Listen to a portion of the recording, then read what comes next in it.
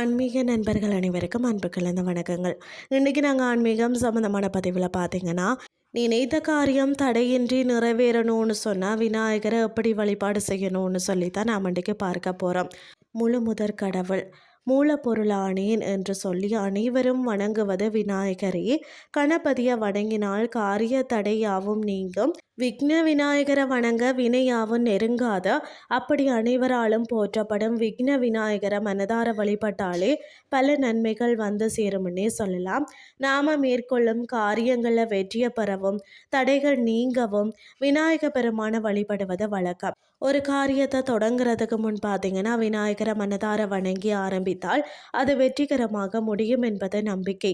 ஒருவேளை எதிர்பாராத தடைகளால் ஒரு காரியம் தடைப்படும் சூழ்நிலையில் தேங்காயை வச்சு செய்யப்படக்கூடிய இந்த எளிய பரிகாரம் மிகவும் பயனுள்ளதாக இருக்கும்னே சொல்லலாம். நாம் அன்றாட வாழ்க்கையில் தேங்காயின் பயன்பாடு மிகவும் முக்கியத்துவம் வாய்ந்ததாகத்தானே இருக்கிறது. ஆன்மீக ரீதியாகவும் ஆரோக்கிய ரீதியாகவும் தேங்காய்க்கு சிறப்பான இடம் உண்டுன்னு தான் சொல்லணும். எந்த ஒரு ஆன்மீக வழிபாட்டிலும் தேங்காய் முக்கிய பங்கு வகிக்கிறதா, அதே போல எதிர்மறை ஆற்றல்களை நீக்குவதற்கும் தேங்காய் பயன்படுகிறதுனே சொல்லலாம். பரிகாரம் செய்யக்கூடிய முறையை பற்றி பார்க்கலாம். இந்த பரிகாரத்தை நீங்கள் நினைத்த காரியத்தில் தடைகள் ஏற்படும் போது புதன்கிழமை அன்று மட்டும் செய்யணும். வேறு எந்த கிழமையிலையும் செய்யக்கூடாது. புதன்கிழமை அன்று பார்த்தீங்கன்னா தேங்காயை வாங்கி மாலை வேளையில் உங்கள் வீட்டுக்கு, அதாவது வடகிழக்கு மூலையில், அதாவது ஈசானிய மூலையில் வச்சு விடணும்.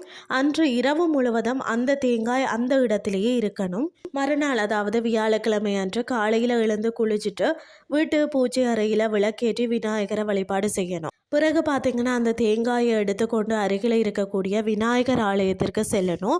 அங்கே விநாயகருக்கு முன்பாக இந்த தேங்காயை வச்சுட்டு உங்களுக்கு எந்த காரியம் தடைப்பட்டிருக்கிறதோ அந்த காரியம் எவ்வித தடையும் இன்றி விரைவில் நடைபெறணும்னு சொல்லி மனதார வேண்டிக் கொள்ளணும்.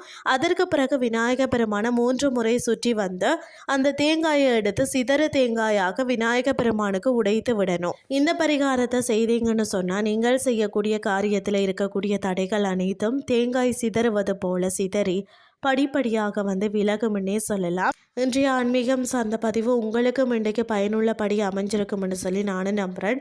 இதே மாதிரி மற்றொரு ஆன்மீகம் சார்ந்த பதிவோடு உங்களை சந்திக்கிறேன். நன்றி.